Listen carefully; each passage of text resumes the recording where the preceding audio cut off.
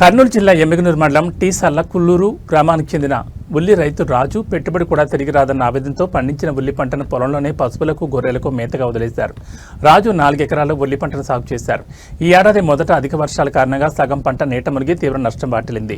మిగిలిన పంట చేతికొచ్చిన మార్కెట్లో గిట్టుబాటు ధరలు పూర్తిగా లేకపోవడంతో పండిన పంటను కోసి మార్కెట్కు తరలించడానికి అయ్యే ఖర్చు కనీసం పెట్టిన పెట్టుబడికి కూడా సరిపోదని ఆయన గుర్తించారు.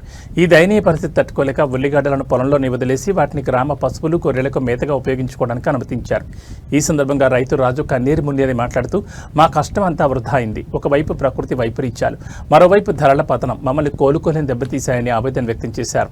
ప్రభుత్వం వెంటనే స్పందించి పంట నష్టపోయిన తమకు ఆర్థిక సహాయం అందించి ఆదుకోవాలని ఆయన విజ్ఞప్తి చేశారు.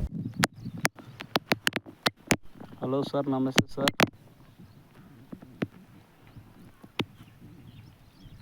నేను రాజు సార్, కూలూరు టిఎస్ కూలూరు గ్రామం, కర్నూలు జిల్లా, ఎమ్మగనూరు మండలం. సార్, నేను 4 ఎకరాలు ఉల్లిగడ్డ వేసిన సార్.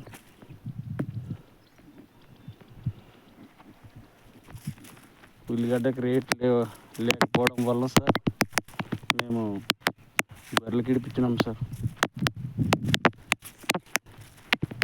మాకేమన్నా ప్రభుత్వం సాయం చేస్తుందని కోరుతున్నాం సార్. ఏదో ఒకటి మాకు సాయం చేయండి సార్.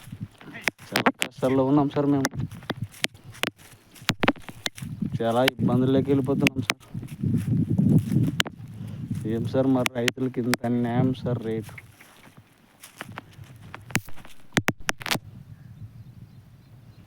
1200, 1000 రూపాయలు, 200 పోతే మాకు ఎట్లా గిట్టుబాటు అవుతుంది సార్? మేము ఏం చేయాలి సార్ అర్థం కాదు.